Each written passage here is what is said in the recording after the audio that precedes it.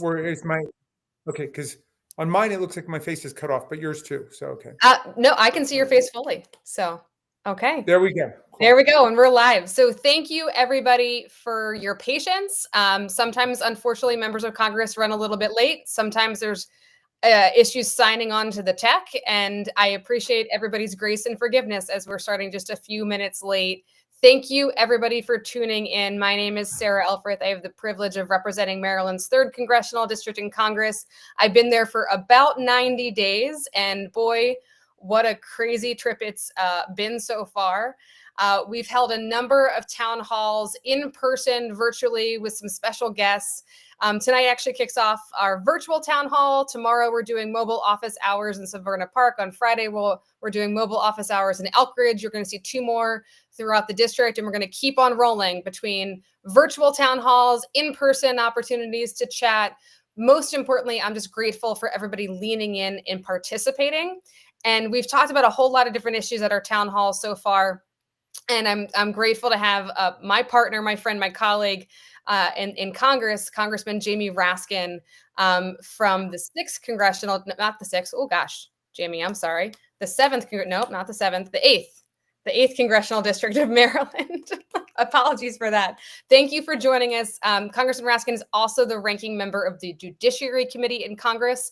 And so he has been working feverishly, he and his wonderful team, at responding from a legal perspective to many of the president's and Doge's, what we consider in Congress, illegal executive orders and actions. And he has been leading the fight on behalf of House Democrats, mostly in Congress, but also in the courts. And I'm so grateful, Jamie, that you've joined us today. Thank you for being here virtually. Thank you, Sarah. It is totally my honor and my pleasure and delight to be with you. And we were together very early in the morning, meeting with the Secretary of Education, McMahon, based on some letters that we wrote demanding answers about federal funds that we want to see coming in that Maryland is owed. And we fight together pretty much 24/7 right through the weekend on all of this stuff.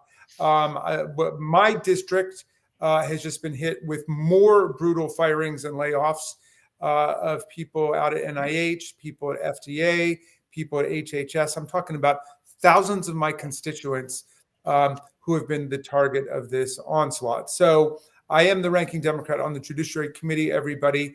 And so I have had a special focus on the Department of Justice and the FBI, but also representing people who work at NOAA and FDA and the Consumer Product Safety Commission and all the federal agencies. I've been involved in the front lines of trying to defend everybody. And let me just say, look, we have multiple legal challenges going on. We are winning every single day in court. We're winning every day. There have been more than 150 different legal actions brought and more than 45, I think we're either at 46 or 47 today, temporary restraining orders or preliminary injunctions issued against the Trump administration for violating the Constitution and the law. And let me just try to give you an overview of what the basic problems are, and we can get into micro specifics because I know people have a lot of specific questions about, what it is going on with their particular agency or bureau. Number one problem, they are usurping the lawmaking and the federal spending power of the United States Congress. Okay. The Constitution says that Congress is the lawmaking power. So, for example, we established the Department of Education. Donald Trump says he wants to dismantle the Department of Education. Fine. You want to dismantle it? Go ahead. Come to Congress and get the same Congress which created it in the first place to take it down. And that goes for the Consumer Financial Protection Bureau, and we're winning there. It goes for the Agency for International Development, and we're winning there. They can't take these agencies and bureaus down when they've been created by Congress as an exercise of our lawmaking power under Article 1. Same thing with federal funding. If we put in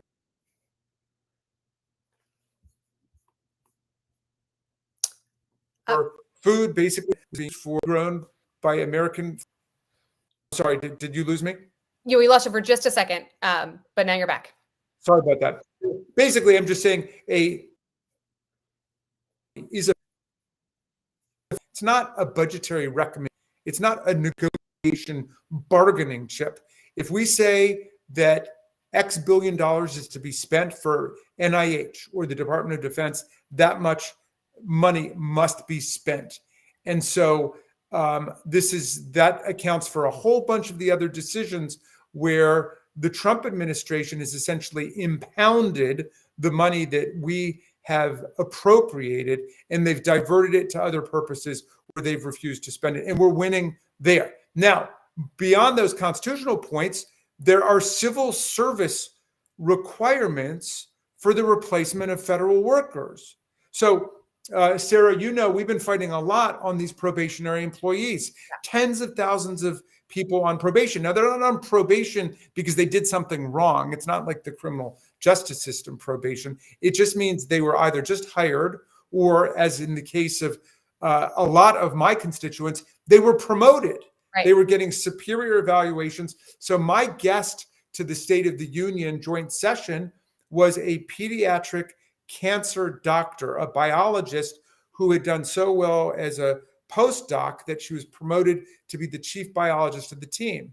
Well, she was 1 week away from leaving her probationary period, but they sacked everybody on probation. Well, the courts have now said you can't do that. And en masse firing of these people violates their civil service rights because they have a right to be considered individually. You can only fire them for poor performance or professional misconduct. So we are winning for the probationary employees, but I put winning in quotes. Why? Because they're being restored to their jobs in a lot of cases in different agencies, but then the agencies say, you can't go back to work. We'll pay you to be on administrative leave until we can fire you permanently. And so they're trying to build some kind of case against them, which means at that point, they've got to go and explain they're being fired illegally unless there's a legitimate reduction in force. Now, let me just close on that point. If there's a reduction in force, there's a whole bunch of other rules that apply, right? Because veterans are 30% of the workforce, and veterans have a preference even within reduction in force. And there are other rules like that. Well, they just blew past all of that stuff and decided to start firing people en masse. So in terms of specific agencies and departments, you got to look at specific cases where we are, but we're going to continue to fight them every single day in court. We're filing amicus briefs. We won the Consumer Financial Protection Bureau case just recently, a few days ago, and that's a good one, although those people are still being held in this administrative limbo, which is so wrong. So we're fighting also in the House, we're fighting in the Senate, we're fighting in the streets, and I will be there Saturday, and I am very proud. I'm going to be speaking at the march in Washington Saturday, but we'll be meeting everybody from Maryland down on the Metro, and I'll be sending a message out to all our people. And I hope you'll be able to come to that one too, Sarah. Wonderful. I think I have a full district day on Saturday, but I'm going to do my best to be in more places than once. So Congressman, thank you for that. And I do want to I know some folks might have tuned in tonight wanting to hear more political and campaign. And I just want to level set with everybody that the Congressman and I are in our official capacities right now. And so we have ethical boundaries that we cannot cross. We cannot talk about political campaigning here. We're going to talk about what's going on in Congress, what's going on in the courts, and what's going on in the community from the perspective of kind of our ethical boundaries. I know that's frustrating. We're going to be doing campaign stuff in the future. We just cannot do it on this forum. So I just want to level set with everybody.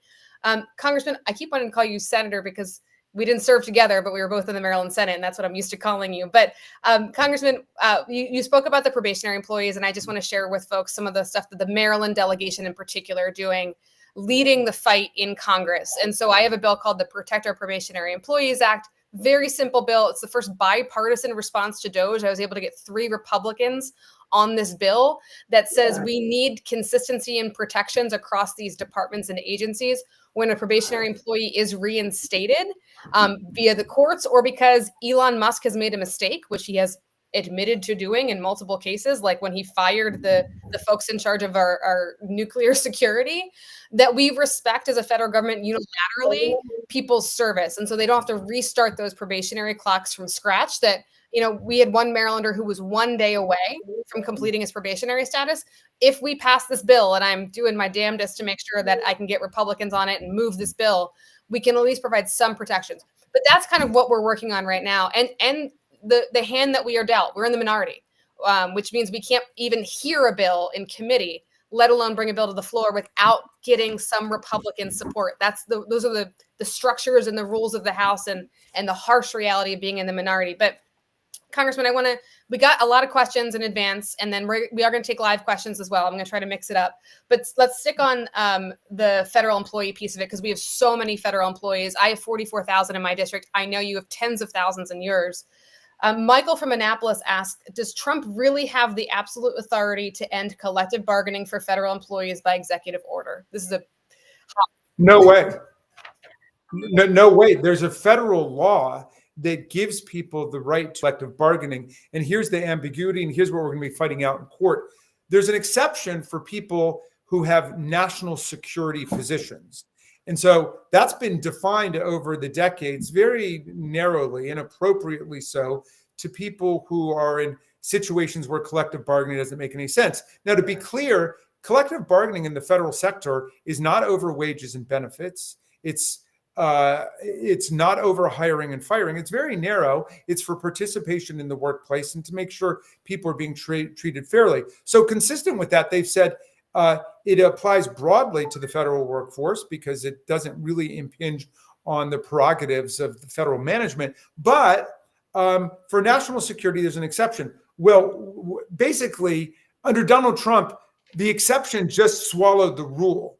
It used to be a very narrow category, and then they defined everything as national security, including everybody who works at the EPA, including everybody who works at HHS. It just makes no sense at all. So right. I think that's in blatant violation of the statute that the House passed, the Senate passed, and the president signed. That's the law. And so here's something I want to be really clear about, and this applies across the board. And please go out and educate everybody in your family and everybody on your block about this, and everybody at your schools and workplace. An executive order is just an order of the president to his subordinates, to his bureaucracy, as to his interpretation of the law. And it stands only up until a court says that's the wrong interpretation. An executive order does not trump a federal statute. An executive order does not trump the Constitution of the United States, right? The Constitution and federal law are supreme, and his executive order is basically him saying, here's the way I interpret this. And now we've got, though, people out there saying, well, the president can't be questioned in his interpretation of executive responsibilities. That's ridiculous. That's what Marbury versus Madison was all about. The Supreme Court has ultimate judicial review, but what's the president's core job? To take care that the laws are faithfully executed. He executes the laws that we pass. He doesn't rewrite them. And that's exactly why I keep my pocket constitution handy right at my home desk and my work desk. It's not by accident our founders listed the Congress as Article 1 and gave us the power of the person, us the power to make policy, not the president. And so it is the fight at the moment. And I want to keep going on this. Dr. Vitale from Elkridge asked in advance, what are House Democrats doing to keep Elon Musk from destroying our government? The $1 trillion question. So that's what these lawsuits are about. The lawsuits are going to be very good playing a short-term to medium-term game.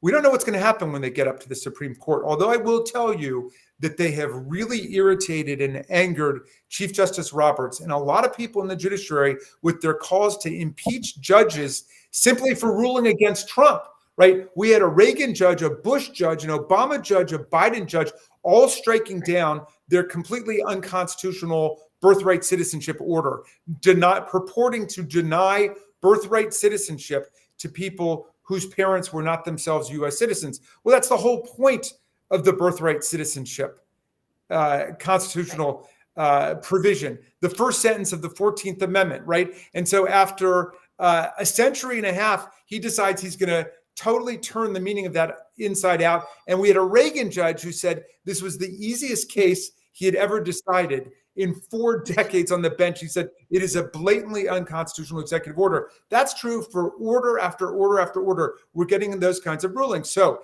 instead of our colleagues saying there's something wrong with what Donald Trump and Elon Musk are doing, they say there's something wrong with these judges. Well, that judge the first one they decided they want to impeach, Judge Boasberg, who said turn the airplanes around when people were sent, immigrants were sent on these airplanes to a torturer's prison in El Salvador. A Marylander too. And a Marylander, yeah. And Judge Boasberg said, turn those planes around.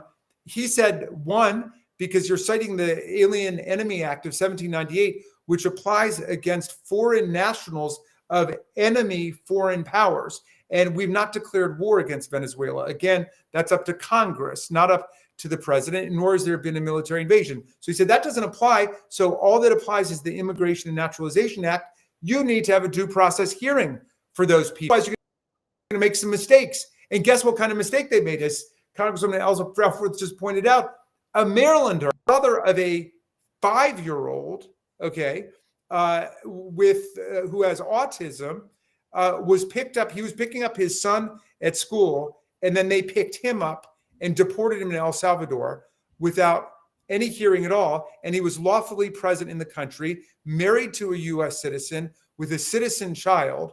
And now he's stuck in El Salvador. And the Trump administration admitted yesterday that this was, quote, an administrative error, but said, oops, there's nothing we can do about it. Why? Because he's in El Salvador now. And so that's up to them. Whether, that's just a scandalous situation. These people have got to be brought back, as Judge Boasberg said. By the way, Judge Boasberg was appointed to the bench first by President Bush, and he was Justice Kavanaugh's roommate at Yale. Okay, so we're talking about a pillar of the conservative establishment is saying you guys are violating the law. And the two most beautiful words in the English language are everybody's got a right to do.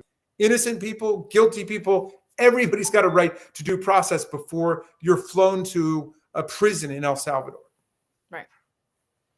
So, I want to fill out this question too, Dr. Vitale, because I want to, again, the tools that Congressman Raskin and I have available to us in the Congress, in the minority, we are filing legislation, as I mentioned mine, that first and I think only bill that has bipartisan support that is a response to DOJ. We are filing amicus briefs, and Congressman Raskin is leading the House Democrats across the nation on filing those amicus briefs so that we have our voice as members of Congress in these court hearings as the judiciary is standing up to unlawful actions. And we're also in the community. And, you're going to see me on C-SPAN if you watch like my mom does. You're going to see me across the aisle almost every day trying to reason with, talk to, make clear to my Republican colleagues that this is impacting their districts too. In some cases, like a potential Medicaid cut, much more than it would impact Congressman Raskin in my district, even though it's devastating. We're doing everything we can. And then, of course, you saw yesterday, the Senate has the special tool that the House members don't have, which is to hold the floor. And Senator Booker just did an incredible job holding that floor for a record 25 hours and 5 minutes, speaking truth to power. Those are all the things that we are doing in the minority, but we also we also need your help and continuing to reach out to your members of Congress too. That's really, really important.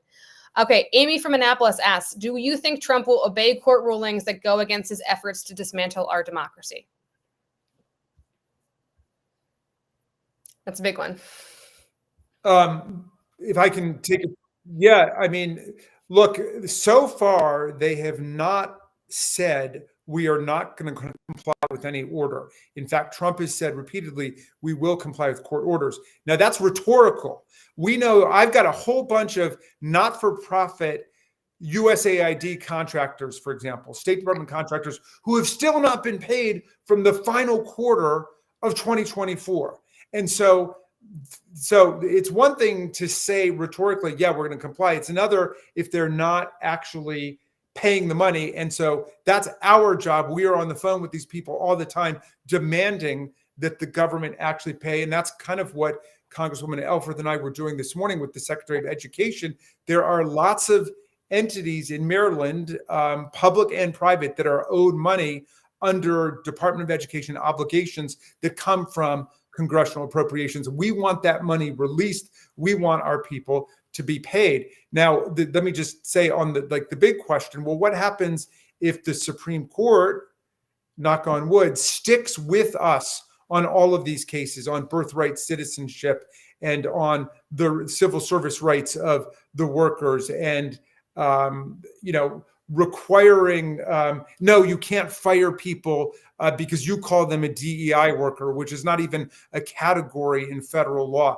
Okay, let's say the Supreme Court sticks with us on, it'd be too much to hope for all of them, but like a substantial portion of them. And Trump says he won't go along with it. Well, that's what criminal contempt is about. That's what civil contempt is about.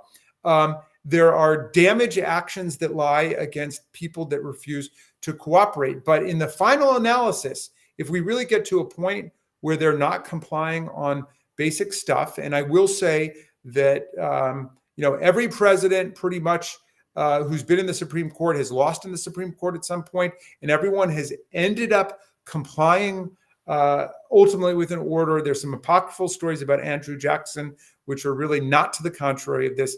But if we really got down to that, that's when we have to start looking around the world and in history for what democratic movements and peoples and societies have done when faced with a dictator and autocrat who refuses to comply with the law. And that's where people get into general strikes, mass civil disobedience, boycotts, and so on. So what I'm hearing from you, Congressman, is we're doing everything as we can, every tool we have as House Democrats, which includes negotiating with Republicans, because again, we can't bring articles of impeachment or impeach the president or do any hold accountable. We need at least 3 Republicans in the House to join us on these issues, and that's why you'll see me across the aisle occasionally to do that. Congressman, I want to switch gears.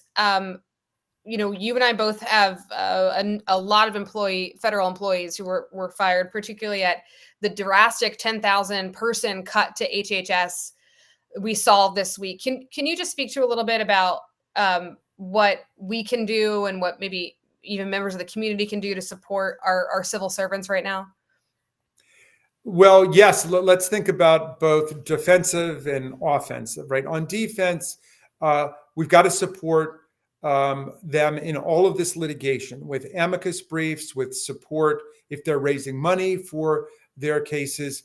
That's something that we've got to do, and we got to support them in the streets with mass protests like this Saturday with the indivisible protests. I feel very strongly, we had some historians come in and we asked the question, what's the difference between democracies that have been able to defeat authoritarian takeovers and democracies that have succumbed? And the real difference is whether you have both a legislative strategy and a civil society strategy.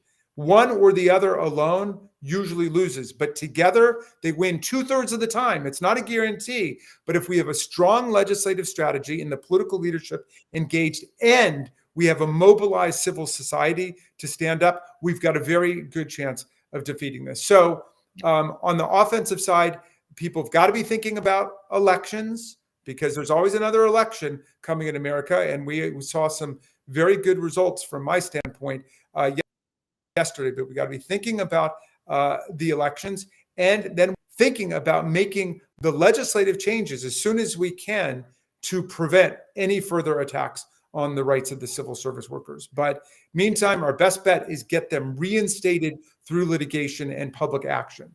Right. And I will add, if you're a civil servant who was fired by DOJ or this White House, or somebody who is, both Congressman Raskin and I on our web pages, our House pages, we have resource guides for anybody who's impacted. I would also recommend that folks immediately contact your union, immediately file an appeal, but you can also go on our websites where we have a number of resources available to folks who have been impacted. And we're going to drop those in the chats as well, and then our follow-up here. On the organizing side, Congressman, I also want to point out, I know a lot of folks are watching this right now who are from my district or from your district, which is the 8th district. Now that it took me a minute to realize it. So we're often, you and I are speaking to, we're at these issues, we're at these protests, we're doing and voting the way people want. But I would also caution that not all of our colleagues on the other side of the aisle are hearing from their constituents the way that you and I are hearing from our constituents.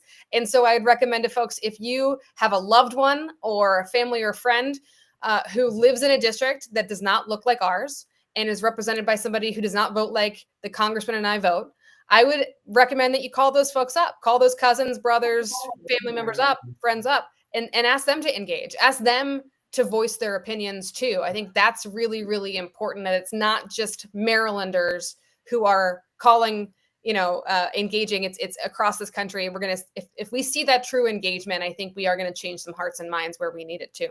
And I should say, Sarah, I went out to the 1st District, to Cambridge, Maryland, to have a town hall for our colleague, Andy Harris, who's been AWOL and truant in terms of having a town hall. And I do think that's an essential component of constituent service, is to go and meet with your constituents. And I was willing to do that. And 900 people showed up, and they're very angry about what's going on, and they want to hear directly from their representative.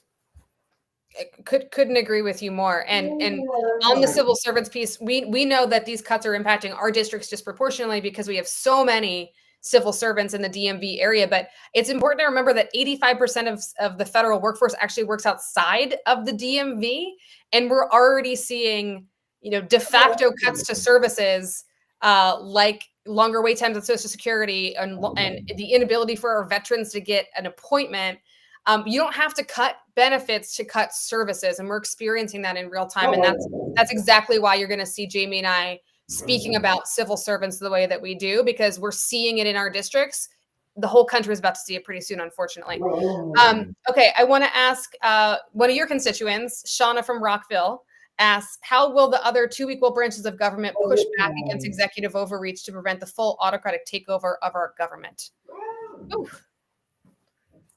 Well, as you can see from Cory Booker's filibusters, you can see from the kind of wildcat hearings and roundtable sessions we're having, as you can see from the town halls we're doing in other people's districts, we're using every creative initiative we can, even being in the minority in the House and the Senate. But we do the Democrats plan on taking the House and Senate back. And then at that point, we're really back in business in terms of stopping this. But right now, the courts have been holding the line, and we've got to defend judicial independence. We got to defend judges against violent threats, against intimidation, against doxing. We've got to make sure they have the security they need. And I've been putting real pressure on the Republicans to make sure that we give full funding for the security needs of the judges.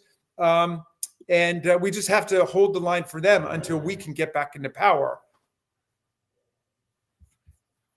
We might have lost your audio, Congressman. I couldn't agree with you more. Security for our judges is so important, as we've seen threats against judges and their families and violence rise across this country. It's a horrible reality, and we need to make sure that they are free to make these decisions.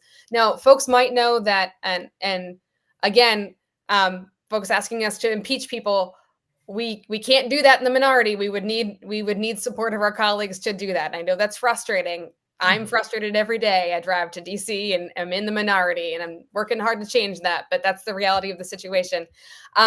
Congressman, folks may or may not know that you used to be a law school professor on constitutional law, which is a huge part of the reason that you're our face and our voice in Congress on these issues. Barry asks, how quickly will these legal measures get before the Supreme Court? There's an excellent question.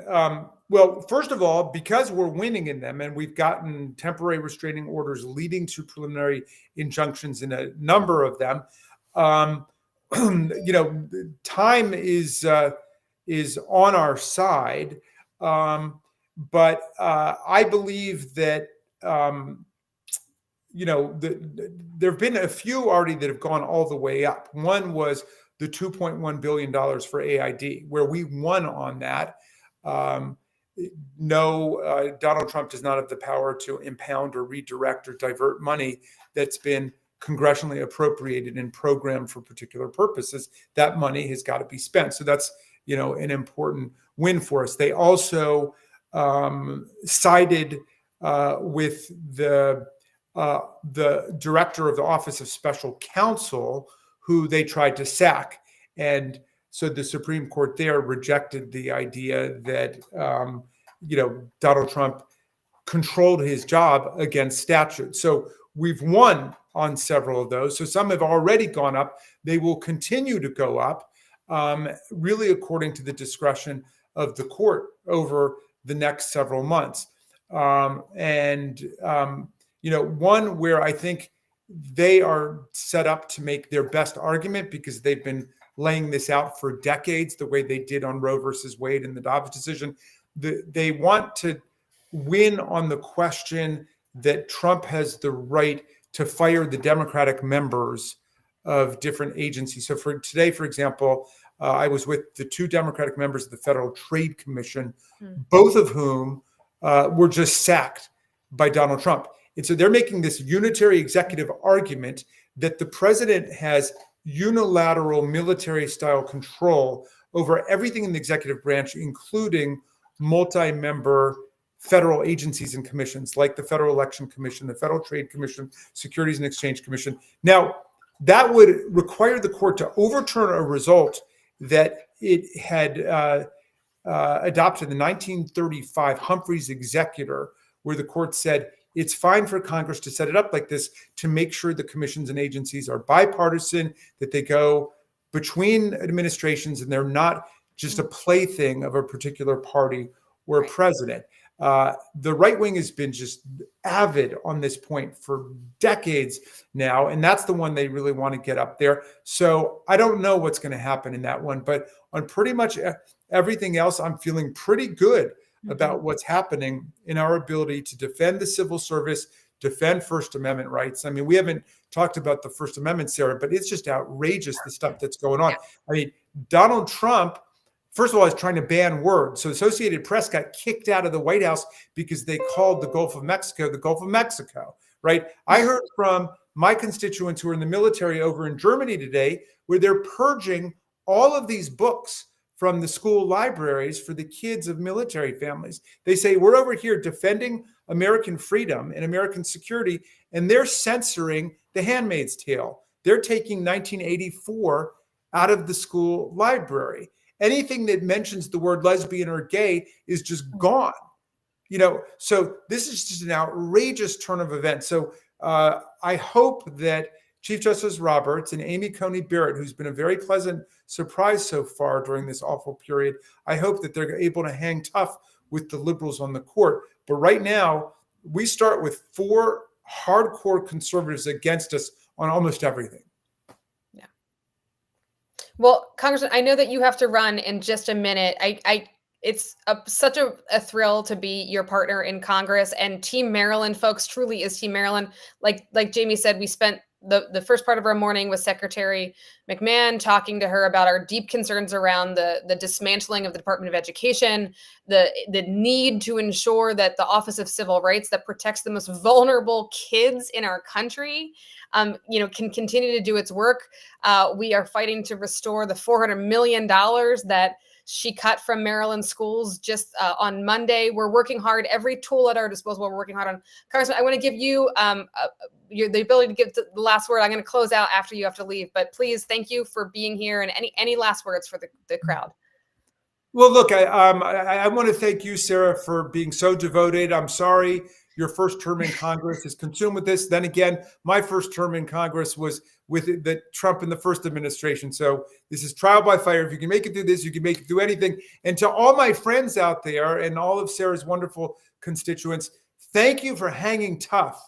And I'm going to close with the words of Thomas Jefferson, that he spoke these during the Alien and Sedition Acts of the late 1790s. And a friend wrote to him, totally despairing of the situation, saying, I just can't take this anymore. I'm not going to be involved in politics. And Jefferson wrote John Taylor back. And he said this: a little patience and the reign of witches shall pass over, their spells dissolve, and the people, recovering their true sight, restore their government to its true principles. In the meantime, we are suffering the horrors and the malignities of this dark period. But, he said, if the game runs against us sometimes at home, we must have patience, because this is a game where principles are at stake. And we're going to stand by the Bill of Rights. We're going to defend Medicaid, Social Security, Medicare, all of the achievements of American democracy. And we're not going to allow dictatorship to come to America. Hang tough, everybody, and I'll see you on Saturday. Thank you so much, Congressman Raskin. I appreciate your time. Thank you. Thank you. So, folks, I'm going to close us out. Thank you for engaging and participating. I think it's Wednesday. I can't keep track of the days quite much anymore, but thank you for spending your Wednesday evening leaning in and participating. We can only be as effective of representatives as we hear from you, and you lean in and participate. And so thank you so much from the bottom of my heart. Again, we're going to post our resource guide for federal workers. Please feel free to contact my office if we can help you with a constituent concern.